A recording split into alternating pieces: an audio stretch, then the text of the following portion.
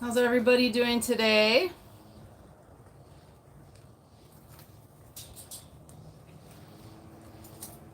Let me pull up the chat. I have to like manually pull up the chat. Hi everybody. Welcome to my live fall garden themed class. Today is session number 2 of my fall gardening series where we meet periodically throughout the fall growing season. So I can show you guys step by step everything that I do to get started with my fall garden, from sowing seeds all the way to transplanting, and then checking up with you guys periodically through the fall season to see, what are you going through? Are you struggling with anything? What can I help with? So today is seed sowing day. So I'm going to show you guys or go more into detail about my setup, my recommendations, tips, and tricks so that you can be successful, growing everything from seed, because I grow everything from seed in my garden. I don't buy transplants at all. But I know that alone is a skill set. Sowing seeds is a big skill set that you also have to learn and practice, and you just get better and better with that, just like gardening. Um, I am doing this on 2 phones, guys, so it might look a little odd. I've got YouTube right here, and I have TikTok right here. Last time, my TikTok phone overheated and it just shut off. So, if you're watching me on TikTok, I'm sorry if it happens. You can just jump onto my YouTube channel and continue watching from there, or just watch me directly from my YouTube channel to begin with. I'm trying to figure out different ways to be able to stream on multiple platforms, but as of right now, this is what I've figured out. So one day, I'll get better and better at this. But anyways, just a couple reminders before we begin. If you have any questions or any kind of comments, things like that, it's very helpful if you mention where you're located and your garden zone so I could properly answer your questions. So just keep that in mind. I have to keep getting up to actually click the chat to open it on YouTube. It doesn't just stay there like it does on TikTok. So if you see me reaching over, I'm trying to check up on the chat here on my YouTube channel. Welcome from Orlando. Another disclaimer, it's gonna rain. You guys can't see this storm that's coming through. It already rained today. Florida, you only get 1 rain a day. I don't know what the heck happened. It usually rains in the afternoon, so I was like, I'll do this later. It'll be cooler, and hopefully my phone won't overheat, and I won't have a horrible thunderstorm with lightning like what happened last week. If you guys were here watching, it was getting really intense. I had to end the session and just go inside. But anyways, I don't know. Sometimes it just sprinkles. It's not a big deal. But if it gets really bad, I'm going to have to cut this short for my own safety. So those of you who are in Florida along with me, or Orlando, you probably see the same storm that I'm looking at. But anyways, so this live class will be posted a few minutes after it's complete or finished for today, right on my YouTube channel. So if you miss anything or you get disconnected or whatever happens, definitely go to my YouTube channel. There's a link in my bio or description, wherever, to my YouTube channel. So just make sure you go there. And I apologize for the noise. I'm in a neighborhood, normal Florida neighborhood. There's cars, there's a street behind me. People are cutting grass today, so sorry for the sound sometimes. And everyone, YouTube or TikTok, make sure you subscribe to my channel or my account. That way you get notified every time I go live, because like I said, I do meet with you guys periodically throughout the entire fall season, just to see how everyone's doing and help you guys out. I'm trying really hard to read these chats as well. Oh, thank you very much for purchasing seeds from my website. That really helps support everything that I do. And I can't tell you how happy it makes me that other people are growing my seeds in their gardens. It's the best feeling in the world, just spreading, my favorite plants and things to other people. And by the way, I have a fall seed sale going on right now on my on my website. So if you need to stock up and find seeds for your fall garden, definitely go check out my website. I'm in Florida. So everything that I have there is stuff that has grown very well here in my garden, despite, the high heat and the humidity, the extreme conditions.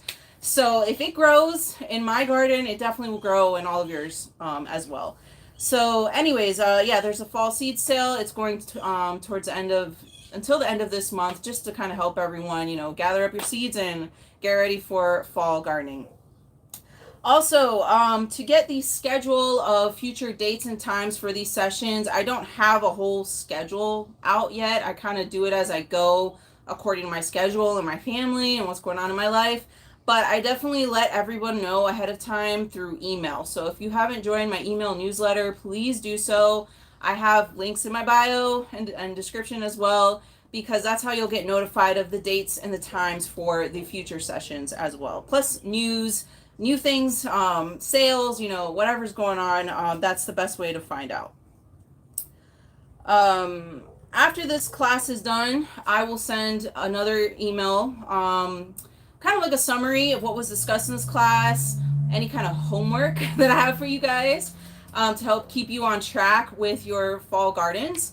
And any kind of resources, items, supplies, whatever stuff that I mentioned in the video. Of course, I get lots of questions afterward, like what soil do I use and all this kind of stuff. So I just send you all an email that kind of is a summary, and will, anything that I mention, it will be noted in that email. All right, so with that said, the next class will be Sunday, August 13th at 6:30 p.m. Eastern Time. Like today, I'm planning to meet 3 weeks out from now, and I'm doing that on purpose because right now, if you are in, the southern parts of the United States, from California all the way to, the Atlantic coast, zones 8 and up, you should be sowing seeds for the warm weather crops that you want to hurry up and get another harvest before winter comes, or your first frost date. So that means things like tomatoes, peppers, eggplants, squashes, cucumbers, like all of these things that you normally grow during the summer, you can hurry up and get another crop in, before, usually before your first winter frost date. So you should be doing, sowing seeds for all of those things now in the month of July. So that is going to be your first homework. If you haven't got started sowing your seeds for those warm weather type crops, please do so right now. The timeline is to grow them now, start them from seed, because in 2 months, in September, it's time to transplant them into the garden and start your fall garden. So really important that you get that done if you haven't done so yet. So the next class on August 13th, we're going to start sowing seeds for the next group of crops, which is anything in the brassicas family, which is broccoli, cauliflower, Brussels sprouts, cabbages. These are cold weather crops that do not like the heat at all. So I like to start them in August to transplant them in October when it's a little bit more cooler. September can still kind of be too hot. So that whole session on August 13th is going to be about growing those, because it can be very challenging, especially if you're in a warm winter climate. I can tell you from my own experience, some years are great. Some years I harvest huge, like basketball size cauliflower. I have a YouTube video showing me harvesting them. They were the biggest cauliflower I've ever seen in my life. Gorgeous, wonderful year. And then the next year, it's really crappy. Like the last season, almost all of my brassicas just went to bolt. I don't know what happened this winter. Whatever, it is what it is. But there are some tips and tricks and techniques to hurry up and get those brassicas in at the right time. You have a very small window if you are in zones 8 and up to get that done, so that they won't bolt and you'll actually get nice big heads. So anyways, that session, we're going to talk all about that. If you want to grow those crops and you need seeds, go check out my website, gather your seeds so we can sow those seeds together in that session. So that's my homework assignment number 2 for you guys, is gather up your seeds for brassicas, traditional herbs, and flowers. That's what we're going to be sowing next session. What I mean by traditional herbs are like European herbs. Italian basil, oregano, dill, fennel, chamomile, like all of those very traditional culinary herbs that we use a lot, right, in our recipes.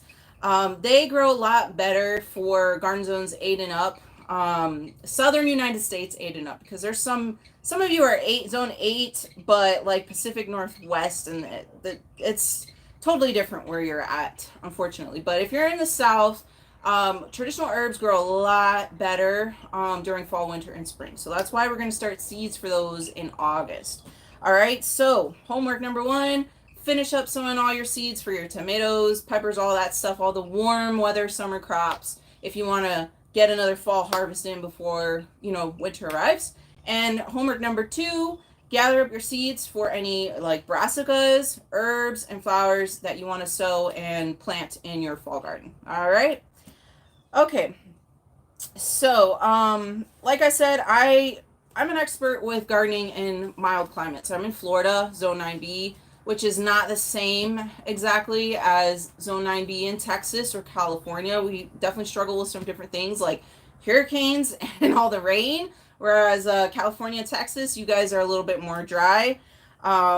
So, you got to learn your microclimate. However, the techniques of how to grow something from seed, the diseases, the bugs, the treatments, all of that is the same. No matter where you're located, it's all the same. So even if you can't have a fall garden like what I'm doing here because you're in a colder climate or whatever, you can still learn a lot from this. I'm going to show you my whole seed setup today, which is valuable for no matter where you're located, right?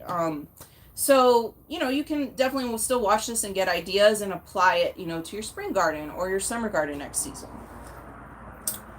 All right, so it looks like the rain is it was sprinkling, but it's stopped now, so maybe I'll get lucky today.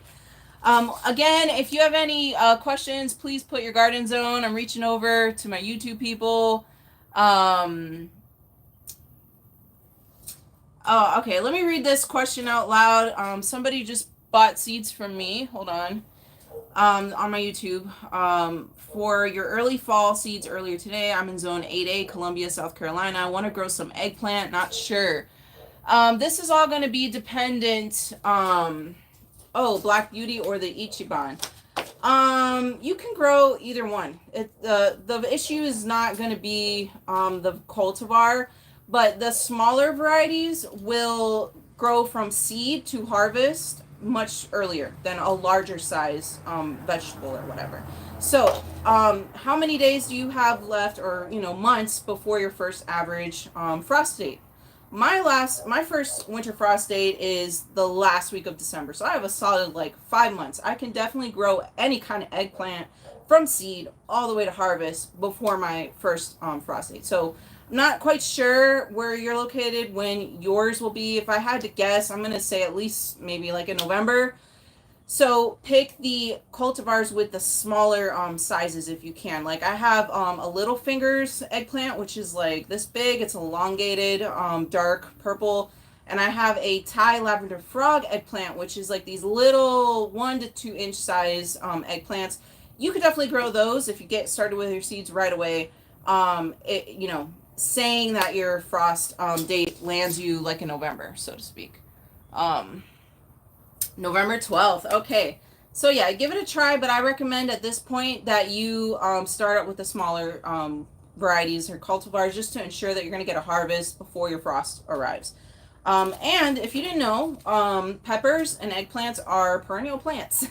As long as they're happy, outdoors and growing and they're not exposed to killing cold, they'll keep producing for you. So if you are in a colder climate and you really love that plant, you don't want to see it die when your frost arrives, you can gently pull it up out of the ground, try to conserve as much of that root system as possible, put it in a plant, trim off all the leaves, give it a hard prune. It kind of makes the plant go into a dormancy, so to speak. And then when bring it indoors and just keep it nice and warm. When spring arrives and there's no danger of frost anymore, you could definitely try and plant it back outside. So that's how people overwinter, eggplants and peppers specifically. Can I grow Kajari melon now in Orlando? Yes, I am still direct sowing seeds for Kajari melons right now as we speak. They're pretty quick from seed to harvest. They're smaller size. So like I said, if you are looking, you want to ensure that you're harvesting before, winter comes and all that. Try to pick the smaller, personal size or miniature or dwarf varieties of things. And Kajari melon definitely is, you're going to be fine here in Orlando. What's the best pumpkin to grow for pies? I don't make pies very much. So I don't know if I can answer in that way. And I am in Florida. I don't grow traditional pumpkins. Like they don't really do good here. They need a very long period of seed to harvest.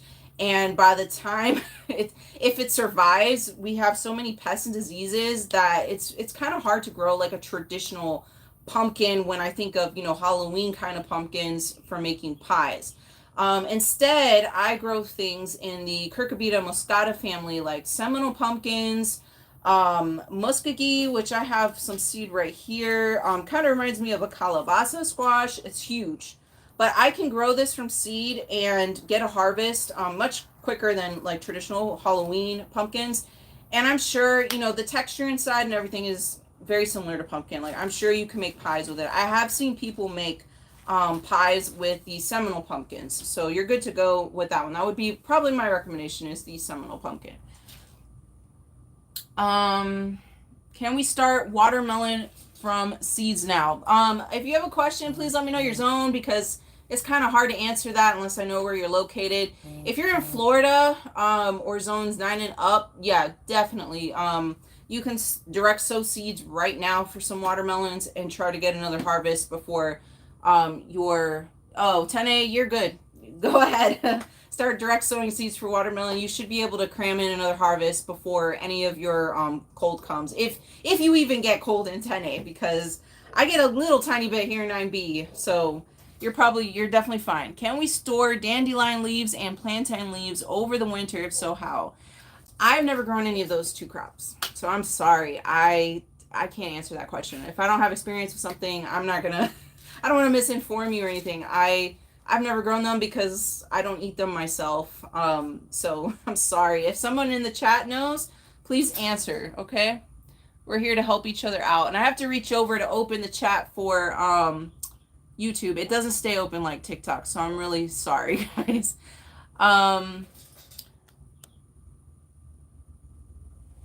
All right, so anyways, let me go on with the class, because that's what we're here for this information. If you happen to not know your first winter frost date, or like an average, there's a website called plantmaps.com. You put in your zip code, it spits out all the information for you, and it's pretty accurate. Like, it is accurate for where I'm located anyways. So that way you can start backtracking from your first winter frost date all the way and kind of figure out when you need to start your seeds. And it's also a great website if you don't know your garden zone as well. All right, and a lot of people are like, why am I talking about fall gardening in the middle of summer? It's July. Because this is when you start your seeds for your fall crops. So this is the beginning. July is the beginning of all fall garden planning and, prepping and starting to sow my seeds. I like to sow my seeds in batches every month a little bit, right? So July is sowing all the warm weather crops that I want to get in before my frost arrives. August is starting to sow seeds for the cool weather crops like the brassicas, herbs, and whatnot. And then September is sowing seeds for like greens, so to speak, like lettuces and stuff like that, because they only need 1 month or so to be ready to be transplanted. So any kind of little greens, tatsoi, lettuces, mizunas, stuff like that, I'll start those seeds in September and transplant them in October. So that really helps kind of break apart the whole seed starting process and make it seem not so daunting when you can kind of split it up every month. You're just working on it, doing a little bit here and a little bit there. So that's kind of the idea. Also, I have YouTube videos. I'm making them on every single month, what you can start from seed or transplant. There is the one for July. So if you're not sure what I mean by warm weather crops, go check out that guide. I listed all out for you guys. I also have the guide written on my website if you prefer that to like copy it, save it, whatever you want to do. The August one is slated to come out the first week of August. I haven't made the video yet. I'm a one-person show here. I shoot my videos, I edit them, everything. So my target with every month is to get those videos out at least that first week of that month for you guys. So The August one is coming. It will definitely go into detail about, the brassicas and all that too, and what you should be sowing in August. I just started my garden this summer and have been growing herbs in my house. Yeah, a lot of people do that. Herbs are pretty easy to grow inside. They like moderate temperatures, which is usually like a room temperature. And if you give them a nice sunny window, they tend to do pretty well. Can I get another cucumber and cilantro plant from seeds? Zone 6A. 6A, you're definitely much, much colder than me. I'm assuming you mean if you start them from seed right now, will you have time to harvest? What is your average frost date? I gotta get an idea of that to be able to answer that question. Cucumbers typically take 2.5 to 3 months from seed to harvest. So if you still have, give yourself 3 months before your first winter frost, then yeah, you can get away with some of the cucumbers. Try to pick the early maturing varieties. And cilantro, I mean, you can plant cilantro in a pot, and if the cold weather comes, you can bring it indoors. I mean, you can do that really with anything, right? Anything that you want to grow. Have I ever heard of kaolette plants? I want to say maybe, I think there's another name for those, that crop though, that I might be more familiar with. But I'm not growing it right now. I know that for sure. But I'll have to research that. That sounds interesting. Okay, so let's get into my setup. I'm gonna sow seeds right now, live with you guys on different kinds of crops, so you get an idea of, every seed is a little bit different. The size of the seed really matters as well. So I definitely have some tips and tricks to help guide you guys with that. But first off, where should you sow your seeds? If you are in an extreme climate like me here in Florida, where it's extremely hot, there's high disease and pest pressure right now. Here in Florida, it rains every single day like a monsoon. I don't recommend that you sow your seeds outdoors at all. If you want to be successful and get really good germination, get all of them to grow well, I don't recommend that you sow seeds outside. That extreme climate and conditions are not good for little baby seedlings. They're not going to be happy. I mean, you might get a couple that might survive and, grow on, but you're probably going to have a huge loss. And me, myself, here in Florida, if I set one of these outside and it rains, it washes everything out of these little cells right here. This is a 72 cell seed tray. And that's happened to me many times. So I just don't do it anymore. This is my screened porch. The rain cannot get on all of my seedlings here. I have these shelves. I got these from Sam's. They're metal shelves. They have wheels on them. 6 shelving unit. I mean, you can get shelves from anywhere, right? Amazon, Walmart, whatever.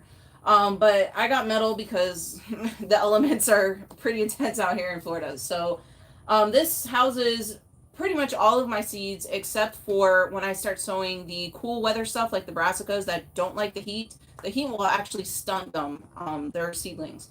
I have to make space and do that indoors. I know a lot of people just can't do things indoors. You don't have the space or whatever, and that's completely understandable. Then you're gonna have to figure some way to protect your seedlings if you want to get the best results. Do you have any experience with growing burdock root? I do not. I'm not even sure if that's something that would grow here in Florida. But no, I'm sorry. I don't have experience with that. So if it's moderate temperatures, you don't have a lot of pests and stuff like that, awesome. Go for it. Then definitely sow your seeds outside. They'll actually be a little stronger because they're getting that full sunlight, which is going to make those seedlings nice and strong. You're not going to have an issue with transplant shock or whatever, having to get them acclimated to being outdoors in full sun and stuff like that. I do carry these outdoors as much as possible. It's a lot of work. I have to take all these out. I set them out there, usually in the morning, knowing that by afternoon the rain is going to come, so I hurry up and bring them back in. So I do that to help these plants get more, that good actual direct sunlight. But I do have lights set up underneath each of these shelves, okay? Because as soon as something sprouts, it doesn't matter what you're growing, as soon as it germinates, it needs light. It needs light to go through photosynthesis, produce energy, and start growing. If your plants don't have enough light, it causes a lot of growth issues. A prime example is when your plants look like they're leaning, they're trying to reach for that light, they're getting leggy and like long. They really need a lot of good light. So, being able to bring them outdoors is the best, but if you can't, it's extreme out there, you're in a covered patio, screen porch, or indoors, you're going to have to provide some kind of a good, decent light source. I don't buy grow lights. They're expensive. I get shop lights. These are 4-foot shop lights. You just have to make sure they're in the 5,000 K for kelvins or lumens, whatever range. That's the daylight range. So you know that light is strong enough for your plants. And trust me, they'll do great. So yeah, I especially caution you if you are in the South and the pests are crazy out there right now, especially the worms. If you're trying to grow squashes, melons, cucumbers, those worms will find them and they will chew them up. If you have tomato hornworms, they will find your baby tomato seedlings. So that's why I say, if you put them out there, there's a high risk that they're going to get chewed up by something. Every now and then, I might get some chewed up leaves, but I can control that. It's usually just 1 or 2 little worms that somehow made their way in here, and I just squish them by hand. But I can tell you for a fact, if I put baby squash seedlings outside right now, they're going to get chewed up, and just forget about it.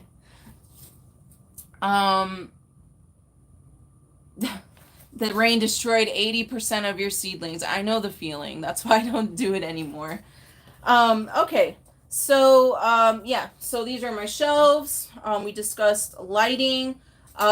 Pretty standard lighting guideline. You want to keep the light about 4 inches from the top of your seedlings. And as your seedlings grow, just slide that light up, all right? There's such a thing as too much light. If they look like they have white patches on them or something, it's, sorry about that. Someone was calling me. It's, they're getting a little bit too much light, but most likely you're not going to have that problem. That's pretty rare. That's a lot of intense light to make that kind of thing happen. So, but just giving you an idea, 4 inches is a pretty good guideline for all of your, plants that you're trying to grow. All right. Soil. Let's talk about soil. I always recommend use whatever you have. Like, some people, you have a budget, you can't go out and buy, expensive seed starting mix and whatever. Don't let that deter you from getting started and from gardening. Use whatever resources you have available to you. But I'm going to give you my opinion on what I think is the best, and you can make do with that what you will. You definitely, I have done it before. I've grabbed soil from my native dirt out here. I've used compost. And yeah, some things will grow, of course. But I had a very high rate of mold growing on the surface of the seedlings, green mold, which can kill your seedlings. Dampening off, I believe, is a mold or a fungus that floats in the air, lands on the surface of your seeds, and it chokes them off basically at their root, at their stem, right? So if you just notice it looked great one day and then all of a sudden it's bent at the stem and falling over, most likely that's dampening off. And all of those are pathogens. It's molds, viruses, fungus, whatever that might be. They're all pathogens that are in your environment and are, affecting your plants. So if you use soil from outside, if you use compost, that stuff is rich in all pathogens, good or bad, right? So, you don't know. There could be dampening off in there and it could kill a bunch of your seedlings. I am a professional seed grower. I sell plants and seeds online. I am a nursery with the state of Florida. So I kind of have to use things to make sure that my germination and my time filling up all of these trays, hundreds of these trays, is worth it. If I had a loss of, a 10%, that's a lot of plants for me. So I really had to up my game a little bit and learn how to be a little bit more sterile with things. So when it comes to sowing seeds, I recommend a sterile seed starting mix. I have seen seed starting mixes in Home Depot or whatever, little bags. They're kind of expensive. In my opinion, they're expensive. So for many years, I made my own. So I would get a huge wheelbarrow and I would mix in equal parts of either peat moss, or if you don't like peat moss, use coco coir, vermiculite, or perlite, whichever one you find. And if you find worm castings, just throw some in there. It's a very mild fertilizer that's really good for seedlings. And there you go. You have your own seed starting mix that is pretty sterile and is going to do very well for you. So that's what I recommend. I'm a professional seed grower and all that, like I said. So I buy my stuff in bulk already mixed. I use ProMix brand. The place that I get it from only sells to businesses and nurseries, so I'm sorry. That's a very common question everyone asks me here in Orlando or Central Florida where I get it, because you want to get it too, but they're not open to the public. But it is a ProMix brand, so if you see that anywhere, it's good stuff. That's what I recommend. But if you can't get any of these things, you can't find it, you can't afford it, then don't worry. Just use whatever you can, okay? Get started. You'll definitely be able to grow something. Can I show, someone's asking a question on my YouTube. I hate that this disappears. Can you show the light on your shelves? First time seed starter. I had no. Okay. You know what? The video also seems choppy when I look at it too, and my TikTok does not, which is very, weird. I thought it was my internet connection too, but if my TikTok looks, I don't know, TikTok people, do I look like it's kind of fuzzy or slowing down something? Just let me know. Thanks for letting me know. I am not an expert when it comes to IT. I'm a gardener, okay? So I'm sorry, guys. But this will be posted on my YouTube channel. So if there's some kind of issue or whatever's happening, I hope the video isn't going to be slow looking on my YouTube channel. But you can definitely check it out there. As far as my lights, they are currently attached here. So I can't take them off to show you. I don't know if you can see this one up here. It's just, it literally was a cheap light. It's like 20 bucks or less. I got these at Harbor Freight. They're 4 foot long. They're called shop lights. Just make sure that they are 5,000 kelvins or lumens, which is the daylight setting. Lagging here and there. Oh, okay. So it's lagging everywhere. I'm sorry, guys. Something must be happening today, because last time it wasn't lagging like this. And I'm sorry. That must be really annoying. Oh, some people are reporting it seems fine on their end. So I don't know. That's very odd. I don't know. But thanks for letting me know, guys. I do have a YouTube guide, how to sow seed guide, that will show you this whole setup too, and a better picture of the lights if you really want to see, what they look like. But they're just shop lights. Usually they come in 2 feet or 4 feet lengths. You can get them at Harbor Freight, Walmart, Amazon. They're pretty cheap, definitely cheaper than any kind of grow lights, in my opinion. That's the lighting. We talked about soil. And let's talk about pot sizes. Because I do have a preference when it comes to pot sizes, and it all depends on the crop that you're growing. So I basically just have 3 different kinds of sizes. I use solo cups, regular solo cups I got at the grocery store, that I cut off on the sides here 3 holes, so it has drainage holes. These last me for a couple years. I save them, I reuse them, whatever, good to go. So solo cups, I use them for big crops. So things that when they're at transplant size, they're pretty big, like tomatoes. My tomatoes can be 8 to 12 inches long of a plant by that point. The bigger squashes or loofah, bigger squashes like Tromboncino rapicante, for example, or any of those kinds of edible gourds, they get pretty big. I like to use solo cups because I do not like to waste my time potting up. I'm not a fan of that, okay? A lot of people will start seeds in, like a 72 cell seed tray, your tomatoes, whatever, because you want to be sure they're going to germinate. I get that. If you buy your seeds from a good source, they're all going to germinate. All of those tomatoes seeds are going to germinate, the peppers, stuff like that. They germinate very easily compared to some other crops. So I'm not worried about germination of my tomatoes and whatever. I'm not going to waste time sowing them in this little cell that's only going to house them for maybe 3 weeks or so. Just go with the solo cup. This will house your tomatoes and bigger crops for like 2 months. Okay, done. you don't have to waste time potting up again some other day. So that's the biggest size that I use right here. The second size is these 4-inch pots. I get these from Amazon. I like to sow things that are kind of like in the middle when it comes to size, like the smaller squashes, the cucumbers, ground cherries. What else? An example of what I mean by a small squash is like this delicata squash. This is like a personal size squash right here. That's my hand holding it, so you have an idea of how small they are. Or like the early white scallop squash, those the smaller kind of plants. This is good to house them the entire time until they are ready to be transplanted as well. So these are the two main ones that I use. I also use the 72 cell seed trays. Okay, this is one of them right here. You can usually find these at Walmart or whatever, but they tend to be really low quality and break within one season. Seriously. So I get these heavy duty, like extra thick plastic ones from my local hydroponic store. They just tend to have better quality. They have lots of different sizes to choose from. I'm in Orlando. If you want to know which one I got, I usually go get mine. It's called Root Grow Bloom.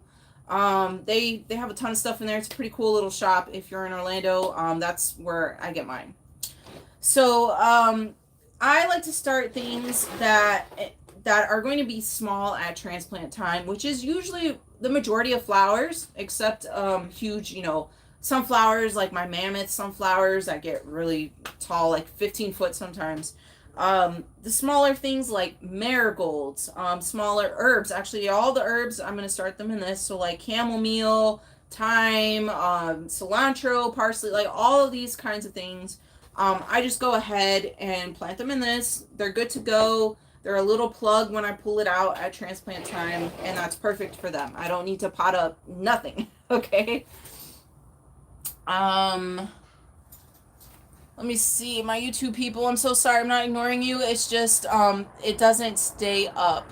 Okay, no questions from anyone yet. If you do have any questions, please let me know what zone you're in. Do I clone my tomatoes from cuttings? I do not. I've never done that. I've definitely researched and looked into it. There's a lot of cool, unique things that you can do with tomatoes. There's even people that will splice them onto different root stocks. Actually, I'm sorry, I misread your question.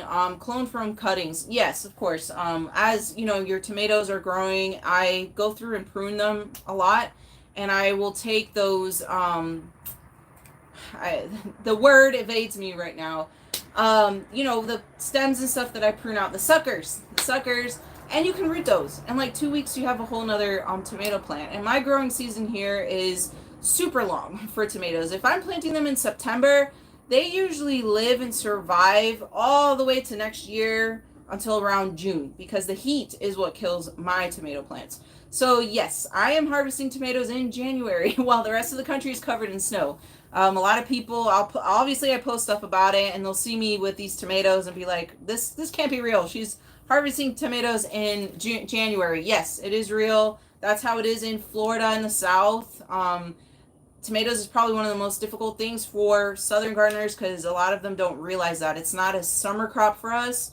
It's a fall, winter, and spring crop for us. It's kind of the opposite of what everyone else does. And no seed packet, no tomato seed packet, it's not tomatoes, is ever going to say, if you're in the South, you grow your tomatoes fall, winter, and spring. So that is one of the biggest issues that I see all the time with a lot of people. But yes, you can definitely clone, propagate, root, cuttings, and your suckers from your tomato plants and get more plants, or give them to your friends. Do I have any tips? You guys. Do you have any Tamarillo trees? I don't, because I don't grow anything if I don't like the flavor of it, and I just don't like that flavor. My family is from the Dominican Republic, though, and they love those things. They'll eat them, whatever. I personally just don't like that flavor.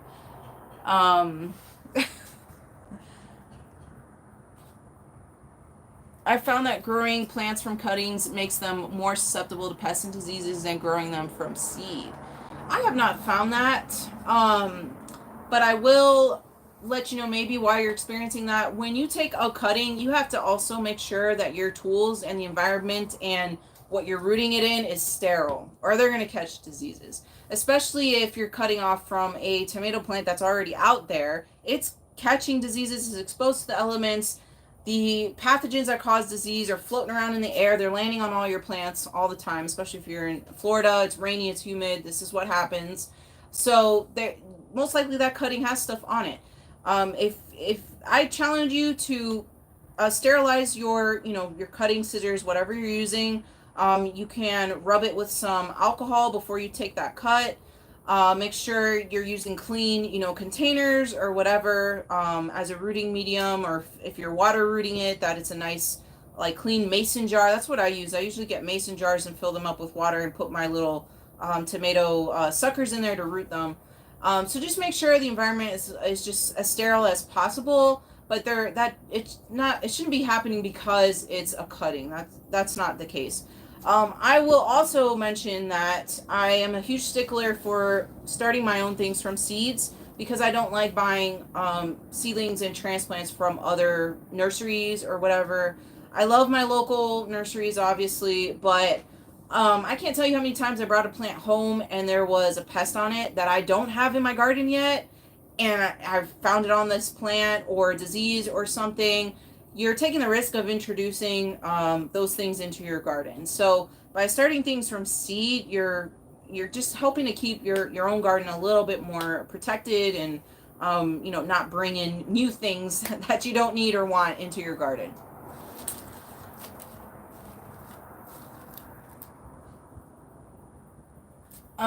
Okay. So that's the pot sizes. All right, that's what I use. Fertilizer. So as soon as your seedlings grow their first set of true leaves, and I have an example for you guys right here. This is this is a squash. It's a Mayan squash. I'm so excited. First time I'm growing this.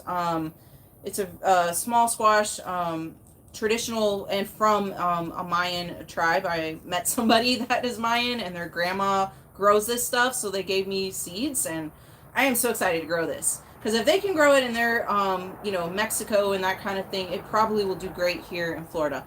So anyways, this is a squash, and usually any kind of crop you're going to grow, squash, cucumbers, tomatoes, whatever. The first set of leaves, here, this is a better view. This is the first set of leaves on this squash. You can see they're kind of flat, oblong kind of shape. Here's the first set here. Those are called cotyledons. It's the seedling sprouting and trying to hurry up and put out some kind of leaf to start photosynthesizing. So this is not the true leaves. This is the true leaf. So this is the first true leaf. That is what a squash leaf looks like, right? That's what we're all used to on a mature squash plant. So these two cotyledons here are going to die off. They're going to turn yellow, dry out, die off. That is fine. That's normal. Don't freak out if you see that. And this is going to continue, producing mature leaves. So as soon as you see the first set of true leaves and mature leaves, you can start fertilizing. And for seedlings, I always recommend a liquid fertilizer, because if you put a granular thing, it takes time for granular fertilizers to break down and those nutrients to go into the soil. So use a liquid. It's immediately available to your little seedlings. And whatever liquid fertilizer you use is up to you guys, quite honestly. Just, whatever the directions say, use it at half strength of whatever the directions say for your seedlings. So this is Fox Farms Grow Big. This is what I use for my seedlings. I really like this stuff. The directions here say for a general feeding, 2 to 3 teaspoons per gallon of water. So I'm just going to do like 1.5, I eyeball it, teaspoons per gallon of water, and fertilize my seedlings about once a week, okay? I don't like using fish emulsion as a fertilizer for seedlings. I actually don't like fish emulsion at all. A lot of people use it. I just think it's so mild. It's so gentle. It's so mild that it doesn't really do much. That's my opinion. I definitely like other kinds of fertilizers. The main fertilizer that I use once plants are growing in my garden is Espoma brand organic granular fertilizers. I use their tomato tone on basically all my vegetables, because I grow a lot of tomatoes, so I always have tons of that on hand at home, and I just use it on everything. And then I use citrus tone, the Espoma citrus tone for all my fruit trees, all of them. So that's pretty much it, except for this Fox Farms Grow Big for my seedlings. I mean, people use Miracle Grow for your seedlings. I mean, whatever you can find that's liquid. Just remember, half strength. If you do full strength, you might burn your plants, your little seedlings. They're still sensitive in this state, okay? All right, so, and I do have an Amazon list. If you go in my bio, it'll say, or description, it'll say my Amazon list of all the stuff that I like to use in my garden. So if you want to find, you know, these 4-inch container pots that I like, or the fertilizers I'm mentioning and stuff like that, you can follow that link and find all of that stuff there. All right, so let's start sowing some seeds. That was the whole point of today's. Let me check the comments real quick. I don't have a tomato tree. I have a tomato tree.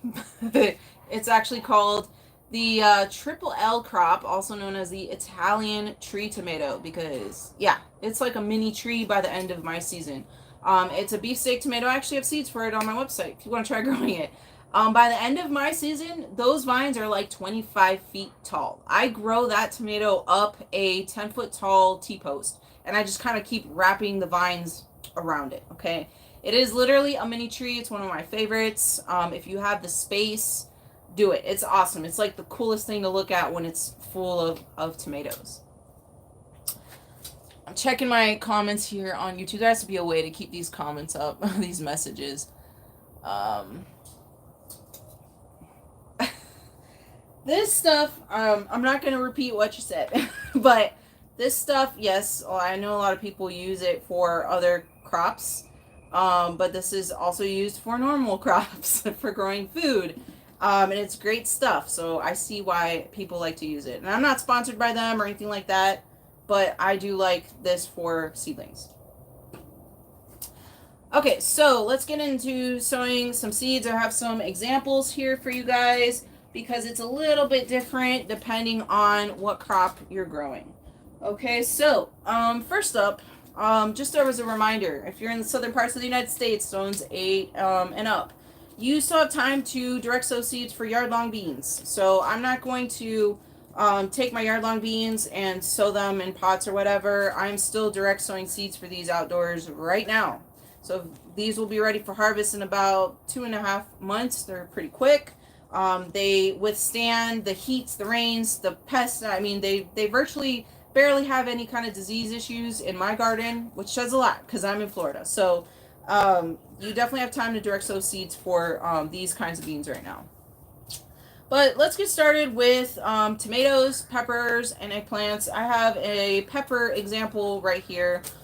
Wait, first, let me back up a little bit. Just some guidelines, like a general guideline. The smaller the seed, the less deep that you need to plant it, okay? So, I have this big squash right here, this musky squash, if I'm saying that right. It has pretty big seeds. So I'm going to plant this a little bit deeper than I would seeds from like this. This is ground cherry, or called physalis. I don't know if you guys can see how small those seeds are. They're super tiny. This will not be planted as deeply as these squash seeds, okay? If you plant little seeds too deep, they're not going to break ground. They're not going to break that surface and germinate. So as a good guideline, so you can figure out, okay, well, how deep do I need to plant these things? About double the size of whatever that seed is. So this squash right here, this is like at least 1/2 inch. So I'm going to plant this about 1 inch deep. That's good for that. These ground cherries, I'm going to barely, I don't even plant them in a hole, so to speak. I sprinkle them on the surface. I pat down that surface, that soil, so those seeds make contact with the soil, water it, and then I don't even cover them with more soil, because actually ground cherries, it needs some light to germinate. It's one of the few crops. There's a couple crops that actually require light to germinate. So I don't cover those kinds with soil. Another crop that needs light to germinate is Tithonia, or Mexican sunflower. So sprinkle the seeds on the top, pat them in, put them under some really good direct sun, and they will germinate pretty well. Another example of something with super tiny seeds is like this chamomile right here. I don't even know if you guys could see. They're all kind of bunched up there. Super, super tiny. I just sprinkle those on the surface. Again, pat it so it makes contact. Leave it alone. Don't put soil over it. If they're the bigger seeds, yes, we're going to put some soil over it. If it's something like a pepper or a tomato, we're going to put a little bit of soil over it. This is the Murasaki sweet pepper. Okay, so that's just kind of an idea. How deep do you sow your seeds? Well, double its size or its length, so to speak, unless it's super, super tiny. All right. So let's plant some seeds for peppers, which is exactly the same for tomatoes and eggplants. Basically, they're all in the same family. They all have pretty similar size and shaped seeds. So I'm going to take this little pepper seed, and for these crops of tomatoes, peppers, and eggplants, I like to do 2 seeds per solo cup. These again, this is a crop that gets really big at transplant size, so I get 2 seeds and I put them on complete opposite sides from each other. Press it in there. For the tomatoes, peppers, and eggplant, cover it with like tiny little bit of soil. It doesn't need that much soil, just a little bit, okay? And then pat it down, make sure everything makes good contact with soil, keep it nice and watered. Tomatoes, peppers, and eggplants really benefit from putting this on top of a heat mat because that will heat up the soil just a little bit and it will help encourage rapid germination. So if you struggle with getting germination on warm weather crops only, don't do this with like cold weather crops like the brassicas, broccoli, stuff like that, just the warm stuff. Using a heat mat will definitely help speed up the process. What zone am I in? I'm in Orlando, Florida, zone 9B. Okay, so that's those tomatoes, peppers, and eggplants. Now let's go on to a different example. The squash, cucumbers, melons. This is the muskogee. Some squashes have really, really big size seeds. Some squashes, like this delicata, have a little bit smaller seeds, as you can see. So just follow the rule of planted double its length deep, so to speak. So this is really tiny. I'm probably going to plant it about a 1/2 inch deep. Same thing. I like to put 2 seeds per 4-inch container. Well, this muskogee is a huge squash, so I would do the solo cup for those, or like the tromboncino rapicante or the zucca di Napoli. I would use a solo cup. Put 2 seeds per solo cup. For the smaller squashes, like your zucchinis, the delicata, the patty pan squashes, cucumbers, melons, stuff like that, I would use the 4-inch pot. That's more than enough. But again, 2 seeds per 4-inch pot. And then the last kind of crop that we are sowing seeds for right now in July is corn and beans. Well, not last crop. It's 2 different crops, right? We have corn and beans. So beans, you can most people direct sow them, and that's great. Obviously, that's the easier route, but sometimes there's issues preventing you from direct sowing corn and beans, all right? You might have critters that chew them up, dig out the soil, chew up those seeds, and eat them up. Your soil might be too cold at the time that you want to get started. It might be too wet, which here in Florida, it rains. There's a lot of moisture in the soil, and it has a tendency sometimes to rot out my seeds before they have a chance to germinate. If that's your situation, then you can sow seeds for corn and beans in a 72 cell seed tray. I do this all the time. So I would plant 1 seed per cell, okay? In 3 weeks' time, it is ready to be transplanted. It's a little plug. You just pop it out. Usually the root system is pretty well developed to the point where it's not going to like fall apart. You're not going to disturb the root system. When you pop that plug out at the 3-week mark, it stays together. You didn't disturb anything. No issues with, that's why a lot of people say you can only direct sow those corns and beans, because they have a taproot, and if you mess that up, it can cause issues with the crop. Okay, so, but this is safe. I do this all the time. I actually have corn right now, a Mayan corn that is very special to me that I didn't want to just put outside right now because it's raining every day. So I have it. Actually, let me show you what it looks like because it's about 2 weeks in. I didn't get great germination because a critter came in here and dug out. You could see it dug out seeds and ate them. So I was very upset about that. But this is what it looks like. These are like 2 weeks old. So in another week, trust me, they're going to be much bigger. I'm lucky I have about 20 plants here. And I'm going to have to hand pollinate every single one and try to get as much seed as I possibly can from these 20 plants right here. This is a Mayan. It's a white corn from the Mayans. If you were listening earlier, I met someone who was a Mayan and they gave me seeds, or from that culture, and they gave me seeds. So I'm very excited about this one. But anyways, it's possible, and I'll just pluck these right out. They're not ready yet at all, but pluck them right out, pop them in the ground. Obviously, if you have a lot of land, if you're growing like acres of corn, that method is not going to be efficient for you at all. But for a home backyard gardener, it's great. It works all the time. Can we start pumpkin seeds in 9B, Tampa, Florida? Yes, right now. July I'm starting seeds for all the warm weather stuff. Again, when you think of pumpkins, you don't really think warm weather, but they grow really great during our fall. So I am sowing seeds for all of those things right now. All the zucchinis, tromboncino, Seminole pumpkins, all of that stuff. Actually, here's, I was showing you guys one of them I had.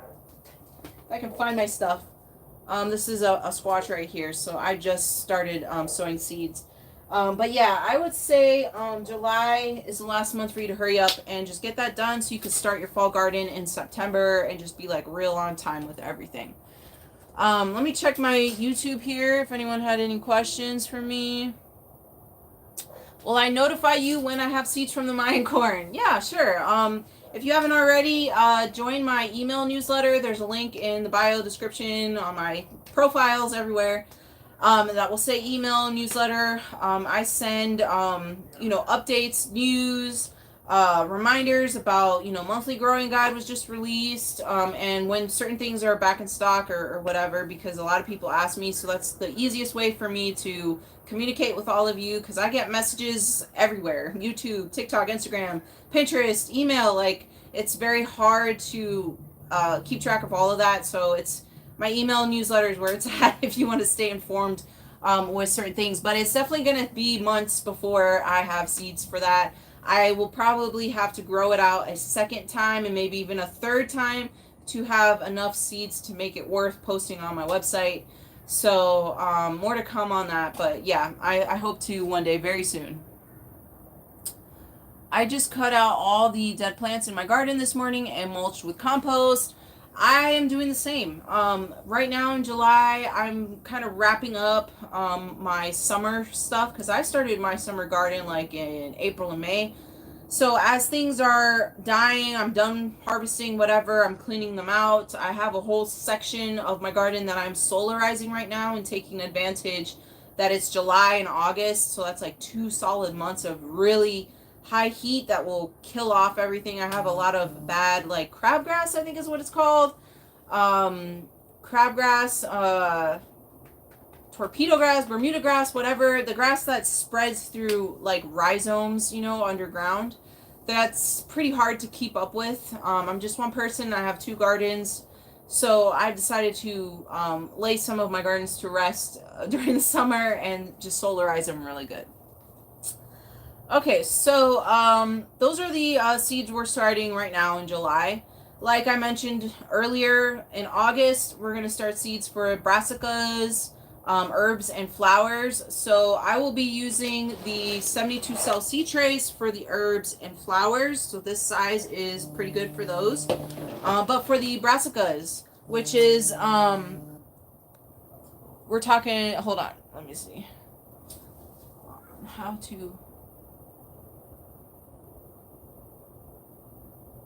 to hand pollinate corn plants. Sorry, somebody's asking me if I will do a video on how to hand pollinate corn plants. I have several videos on my YouTube channel. about growing corn, and I do talk about hand pollination just to get better cob development. You know, if you've ever grown corn before and it's missing kernels on the cob, it didn't pollinate all the way. So corn is wind pollinated. Obviously, I have wind here. It will pollinate somewhat, but if you just want to kind of help it out, make sure that cob fills out really well. I like to, just as I'm, walking through my garden and checking up on stuff, I shake my corn plants, and you will see, like, on a clear, dry day, the pollen kind of like float around in the air. So that's what I do with my corn plants. Again, if you're growing corn on acres or something like that, that's not possible for you. But as a home backyard gardener, you definitely can do that. Okay, so yeah, so brassicas though. So we're talking about broccoli, kale, cauliflower, Brussels sprouts, cabbages, stuff like that. They're not as big as like a tomato at the time of transplant, but they're not tiny like to be grown in this either. So I like to grow my brassicas, kale, all that in a 4-inch pot. So I just sprinkle like 3 seeds just to make sure I get germination. So if you're gonna be here next time, the next class will be August 13th. We will be sowing seeds for brassicas and talking about that whole process. You might want to start gathering your supplies and your seeds so that we can do that together during that session. So I will be using these 4-inch pots. If you need seeds, I am having a fall garden sale right now on my website. So go ahead, stock up on seeds. All of this stuff there grows great in my garden, so that is what I recommend. If you have any questions for me, like what do you recommend as a fall garden, go check out my website. That's the same stuff I'm growing in my garden, cultivars that I've tried and tested and, really enjoy them, and I know you will too. All right, so a couple more things before we end. I tried to make this an hour. We were 2 minutes past the hour, but that's okay. I like talking with you guys. Taking care of your. All right, you sowed the seeds. They've started growing and germinating. Now what? Just some things that you need to be aware of. The ideal way to water your seedlings is from the bottom up. The same could be said for like house plants, right? So I have this 72 cell seed tray. It's inside of another tray. Let me pull this out so you guys can see. Usually, I said I get this at the hydroponics store, so I also buy these. I have like no space here, guys. Hold on. So I also buy these seed trays that they fit into. 1 second. This is a 10 by 20 seed tray. All right. So I like to use this. It makes it a lot easier for me to move all this stuff around. All of these, for the most part, are in a seed tray like this. So I can just lift the whole thing, put them outside to get sun, fertilize them, water them, whatever I have to do, right? So when I buy those 72 cell seed trays, I'm getting the bottom trays, I don't know what they're called, that fit with them, okay? These are very useful in my garden. So when you water your seedlings that are sitting in this tray, the best thing to do is to water inside of this tray, because through capillary action, whatever, the pot will absorb water and bring it up through and keep your seedling nice and moist. If you water from above, you are wetting the surface of the soil where all those pathogens are, and then most likely they'll start growing. So like if you have green mold or dampening off or something like that, if this surface here stays wet, you're going to encourage growth of those pathogens. So the ideal thing to do would be to water inside of the tray. Now, I know a lot of you don't have trays.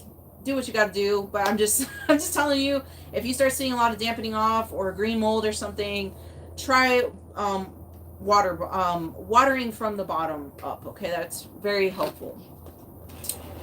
Another tip, which I don't know if you're watching right now, Miss Samson, she took some time out to write some tips on keeping the soil surface drier for your seedlings, and I just wanted to give you guys these ideas as well. She likes to sprinkle perlite, vermiculite, or play sand on the surface, which is a great idea. On the surface of your little pots and containers, if you have some, why not? because that will keep the surface drier. And another issue you might have are like gnats. They like to lay their eggs in the surface of wet soils, so that will also help prevent that issue as well. So just a little tip for you guys. Also, you want to let the soil dry out a little bit before you water them again. I can't tell you like how many people ask me, my leaves are yellowing, or if your seedlings or whatever, they're turning yellow. The number one reason why they're turning yellow, the number one reason I will assume is you're watering too much. So I like to let the soil dry out just a little bit before you start watering again. And what I mean is, it's hard to say without you having your own experience with it, but let the soil dry out the most that it possibly can before your seedling starts wilting, or it looks like it's struggling, right? And it kind of takes experience to figure that out over time and get that right. But letting the soil dry out before you put more water will definitely help prevent issues like root rot and the leaves turning yellow. And if rot sets in, that's it. Like, there's no cure for that. It's done, basically. So those are some tips for watering. If your seedlings start to get some kind of mold or fungus, bacteria, whatever, I like to spray with 1 cup of hydrogen peroxide per gallon of water. Hydrogen peroxide, what does that do? It kills pathogens. So I actually use that all over my garden. Like, especially now in the summertime, a lot of my cucumbers and stuff like that, or my tomatoes, even in fall time, they'll catch all kinds of diseases. I give up trying to identify it. Here in Florida, you're going to get them all. It's part of gardening in Florida. So don't freak out. It's going to happen. I like to spray with 1 cup of hydrogen peroxide per gallon of water in a sprayer that attaches to my water hose, so it mixes it all for me. Real quick, I can just kind of clean and disinfect my whole garden. So that is my one treatment that I use for all leaf diseases. But that won't work for systemic diseases. So for example, there's viruses and bacteria that live in the soil that will enter your plants through their root system and infect them. A great example of this is the tomato wilt virus, or it can be a bacteria sometimes too, where your tomato plant looks great and then you come out the next day and it's just totally wilted and sad and you don't know why, and the rest of them look fine. That is most likely tomato wilt, and there's no cure for that. It's a systemic thing, so spraying the surface of its leaves is not going to cure it. This is now inside of your plants, its stems, its veins, whatever, its stuff. There's no cure for that. So just so you know, hydrogen peroxide is not going to help with that kind of an issue. In that case, you're better off just yanking that plant out. Don't compost with it. It is now a host for that pathogen. You don't want it to spread in the rest of your garden, so just throw it away, burn it, whatever you got to do. Just please don't compost with that stuff. So anyways, that's what I use. Hydrogen peroxide. Spray your seedlings if you have to. If you start to see some, mold growth or something, spray it with that. If you start to see chewed up leaves, so, like I mentioned earlier, I grow everything in a screen porch, but sometimes a little worm makes its way in here. They really like to chew up squashes, melons, or tomatoes. If they come in here, it's protected. I can hand squish them. It's a couple of them. It's not a big deal. But if you're starting seeds outside, they're going to get infested, and like quickly. So if it's a bad infestation, I always recommend spraying with BT. So BT stands for Bacillus thuringiensis. It's a bacteria spray, basically. It's considered organic. When you spray, the plant or whatever, the worm will chew it. It still has to eat your plant a little bit and ingest that bacteria. It disrupts their digestive system and effectively kills the worms. It's very, very effective. It doesn't last very long or linger in the environment. It easily washes away. So it's good. That is what I use for all and every single kind of worm, except for when I grow corn and I get the corn earworm. Those are just a little more tougher worms, and I like to use spinosad for that. So, which works pretty much the same way as BT, except it has the added benefit of it kills on contact.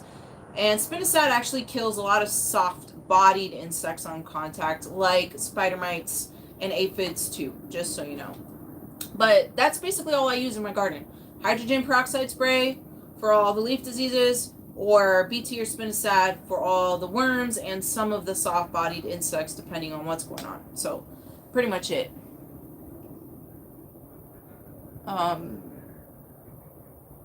Do I have any tips for dealing with blight or leaf spot? Those are pathogens that survive on the surface of the leaves. So spray with 1 cup of hydrogen peroxide per gallon of water. If the infection is really bad, start removing those leaves, those badly infected leaves. Those are now hosts for that disease, that pathogen, and it will help it spread to the rest of the plant. This is also why it's highly recommended that you mulch the bottom of things like tomatoes, peppers, eggplants, plants that are very susceptible to those diseases, because those pathogens live in the soil and they splash back up onto your plants. So having a layer of mulch is like a barrier that will prevent that from happening, or at least as much as possible.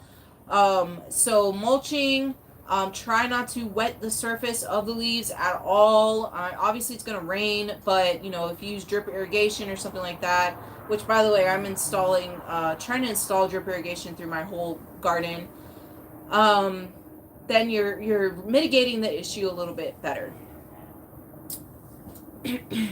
All right. So, last comments before I just open it up to, you know, whatever questions and stuff you guys have.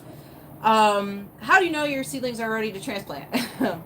I always just test by looking at the bottom. So I will look at the bottom of the container. If I notice roots, then I'm like, all right, it's now developed roots all the way through. Let's pop it out just a little bit. Be gentle, obviously. If the root system is all kind of like wrapped around, you could see it on all sides of your container, it's good to go. It's ready. You can transplant it. And that basically works for like everything. So that way you can kind of catch it before it gets root bound. So if it gets heavily root bound, that can kind of stunt your plants. It can put them back, set them back a little bit once you transplant them, compared to other plants that are not root bound, because they have to like, you know, like untangle themselves a little bit and spread out. So that will set back your plants a little bit sometimes.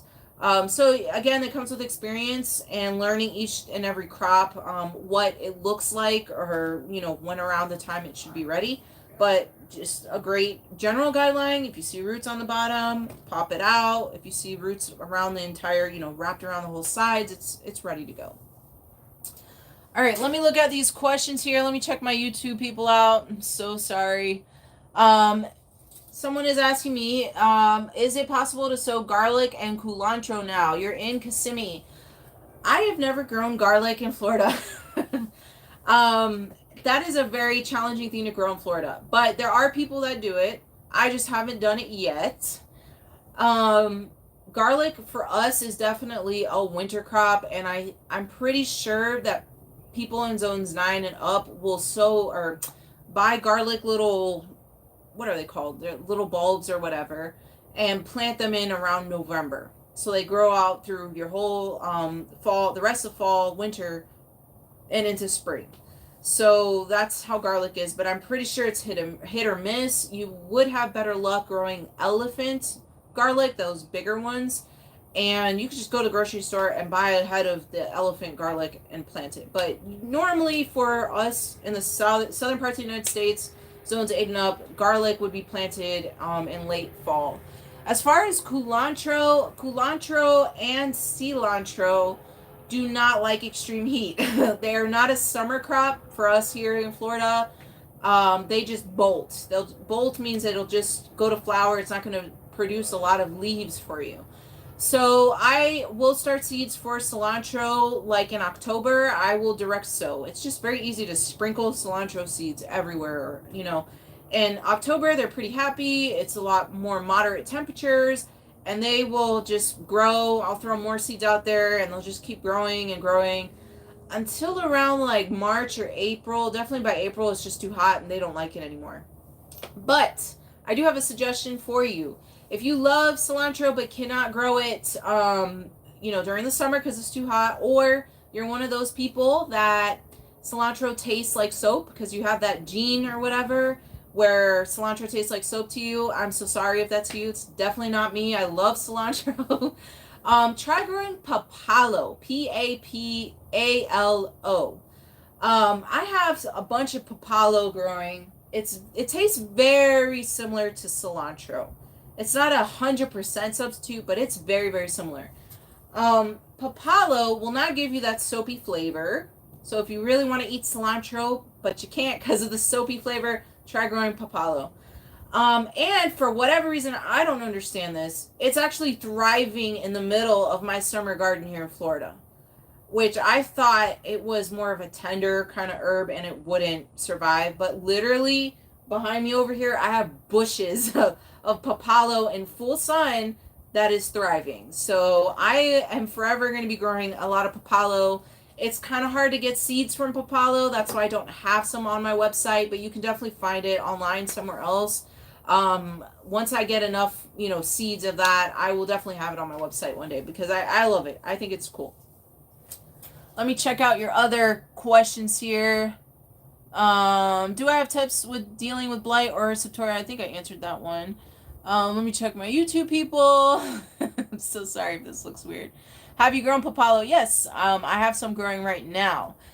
But yeah, cilantro and culantro, you can just wait for like October if you're in Florida to just like direct sow seeds everywhere. I have sown seeds for them in these 72 cell seed trays. Like if you want to get a head start, you definitely can do that, but indoors, because if they're exposed to heat, they're not going to grow right. They'll stay super tiny for a very long time, and that's how you know that it got stunted from the heat. So you can try growing some seeds, but like indoors if you wanted to right now. All right, guys, you guys have any other questions for me? Just to review, I have 2 homework assignments for you guys. Number 1, finish up sowing seeds for all the warm weather crops that you want to get a harvest in before your first winter frost comes. That's very specific to those of us in the southern United States, zones 8 and up. Okay, we definitely have a huge opportunity for a fall garden and to grow another succession sowing of warm weather crops if you wanted to. So, but July is the last month I recommend that you do that. So hurry up, get your seeds started. The second assignment is get ready for our next session by stocking up on the cool weather crops that you want to grow, specifically anything in the brassicas family, broccolis, cauliflower, all that kind of stuff. And flowers and herbs, and also gather your seed sowing supplies if you haven't already, because in that session on August 13th, I will be talking about that and sowing seeds for that group of crops, so to speak. My battery on my phone is getting low. If you missed anything from this session, or you forgot something, you want to review it, it will be immediately uploaded to my YouTube channel under the live tab. So you could definitely go there and check it out. I'm also going to send an email in a few minutes just to recap everything here, list out any resources, supplies, things that I mentioned, so you guys know, where to go get it. Don't forget about the seed sale going on right now on my website. It's a great opportunity to stock up on all your fall stuff or any really unique things that I love to grow here in my garden. And so yeah, we'll meet again August 13th, Sunday, August 13th at 6:30 p.m. Eastern Time, weather permitting, because it's crazy here in Florida, so we'll see what happens. If you have any questions that I missed, I tried really hard to keep up with all the messages. Please feel free to email me, shoot me a message, whatever. I might not get to it right away, but I do try to keep up with checking all that stuff. So email is definitely a sure way to not get missed, because my social media stuff gets pretty flooded, but email is not so much traffic there. So if you really have an important question you want answered, definitely email me at info@jarrasgarden.com. So let me just check one last time. You guys have any more questions here before I end? Or maybe I missed your question from earlier. Let me see. I don't see anything new. Oh, I can't deliver to California. Yes, I cannot ship plants. Only the plants. Seeds I can ship anywhere. I cannot ship certain plants, plants to certain states. It includes California, Texas, Louisiana, Arizona, I believe, because those states have restrictions against plants and live plant material that come from the state of Florida. Primarily because they're trying to prevent certain diseases and issues that we have here in Florida from spreading to their state. Which is why we can't ship orange trees out of the state of Florida to like California and stuff, for example, because they're trying to prevent greening disease. Another issue why they won't let me is because they want to prevent nematodes from spreading. We have nematodes really bad here in Florida and a lot of other states here in the South, but that is why. I wish I could. I get asked that a million times all the time. So I'm sorry, but I definitely can ship seeds, for stuff. All right, guys, I don't see any more questions, so I think I'm gonna. What would you suggest for a small raised bed? All right, I actually have a YouTube video for you. It is a beginner's how to get started gardening for beginners, like in 3 easy steps. Okay, it's a video tutorial on my YouTube channel where I kind of show you a garden bed, like the one that I got started with here at home. It's approximately 8 foot long by like 3 foot wide. I already started with one bed so that I could learn. And as I learned new crops every year, whatever, each season, I slowly expanded my garden. So that way it doesn't become overwhelming.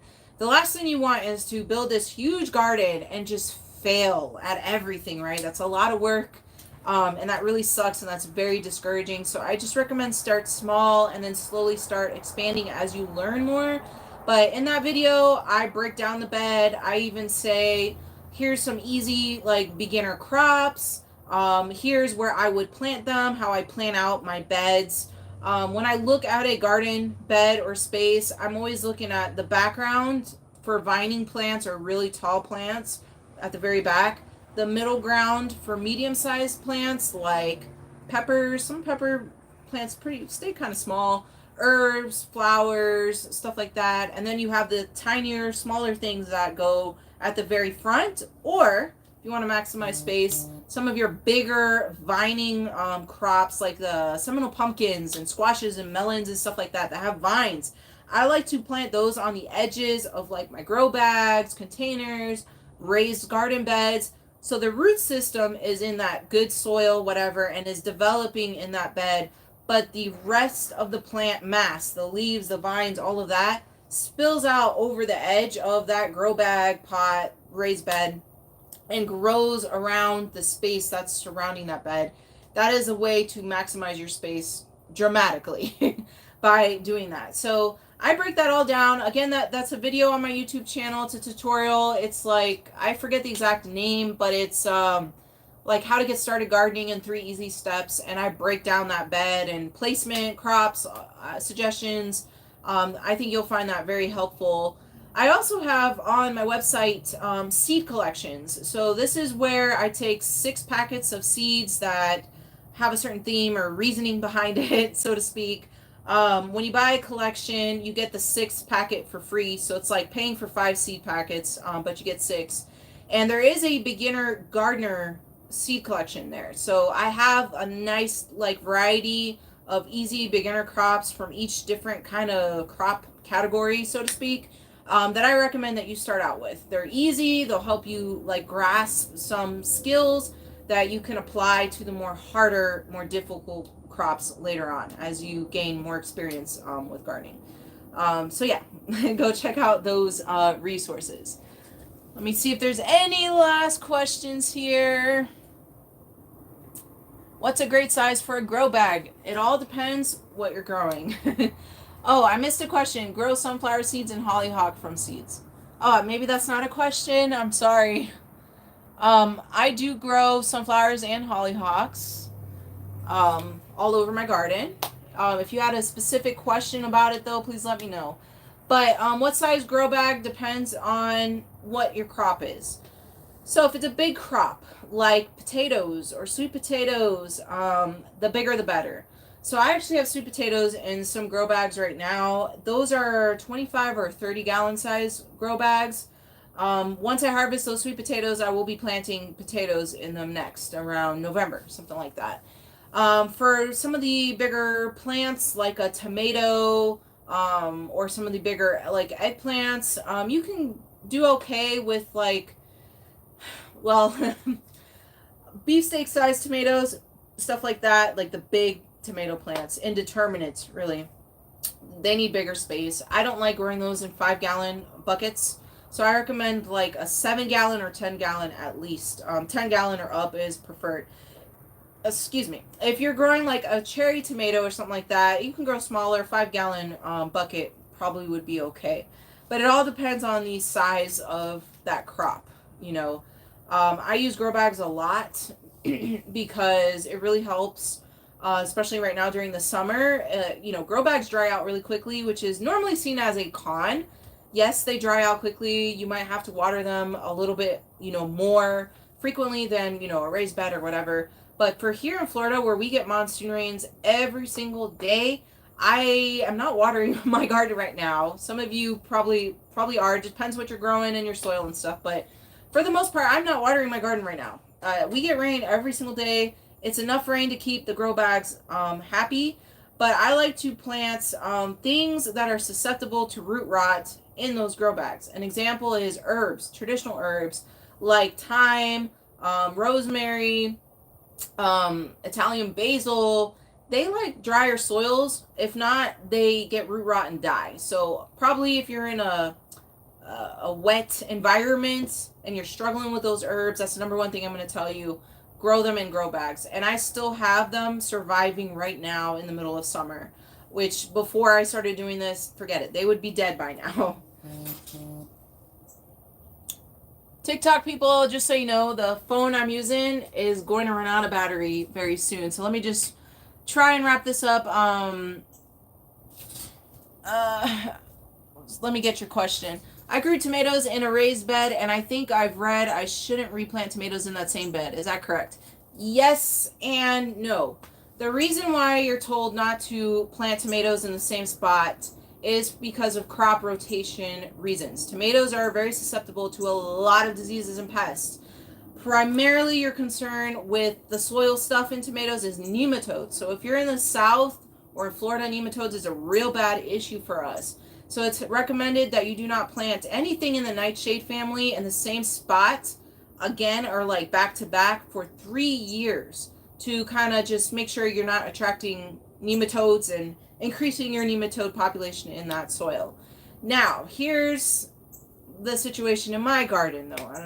I have not had a nematode problem in my garden ever for the 7 years I've been living here and gardening here.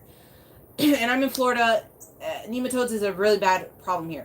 I hope I don't jinx myself because it is a bad problem. It is a concern. It's something you should think about. But I have heavily composted soil, like 15 to 18 inches from wood chipping for many years. From my research, I read that nematodes like our native sandy soil. They like warm, wet, sandy soil. So if you just have a small layer of composted soil, the nematodes can get up in there. If you have a thick layer of composted down soil, they don't like it as much. I'm not saying you'll never see it in a bed, you know, really thick of composted down soil instead of sand. I'm not saying you'll never get it. I haven't seen it yet though in my garden, but I do rotate my tomatoes despite that, just to be kind of safe. So like I have a let's say a rectangle of a garden. Half of that rectangle will be tomatoes for 1 year. The other half will be tomatoes for the other year. So that's kind of what I've been doing just to prevent that from happening. But the chances of you getting nematodes in really rich, heavily composted soil is significantly less than native Florida sandy soil. But you should do it. It's wise. It's a smart gardening practice because if you do get nematodes, it's impossible to get rid of them almost. It's a very tough situation. All right, guys, I do have to go. I'm so sorry if you just jumped on or something. We finished up this session already. This is going to be uploaded immediately to my YouTube channel, so if you missed it, today we talked about sowing seeds, and I showed you my whole setup and everything. Definitely follow me or subscribe to my YouTube channel. That way you can, watch that video and get notified of when I go live next time. But thank you so much, guys. I love talking with you. I definitely could just sit here and keep going, but I do have to go. Please, like I said, join my email newsletter. I'm going to be sending a summary in a few minutes of today's session. Join my, social media accounts. If I had to tell you which one to choose, YouTube or TikTok, I would say YouTube. Go to my YouTube channel. There's so much more there than I have posted anywhere else. Okay, so if you're on TikTok, follow me on YouTube. I have full tutorials, just a lot of things. If you want to see the breadth of everything that I do, you can find that on YouTube. So, and sometimes my phone overheats. It didn't today, but last time it disconnected, it overheated. So watching this on YouTube is preferred. But thank you guys. Thank you so much for being here and talking to me today. And I hope to see you guys on my next session again. That'll be Sunday, August 13th. All right? So see you guys then. If I can end these things. I'm new to streaming, okay? Or live streams. Bye.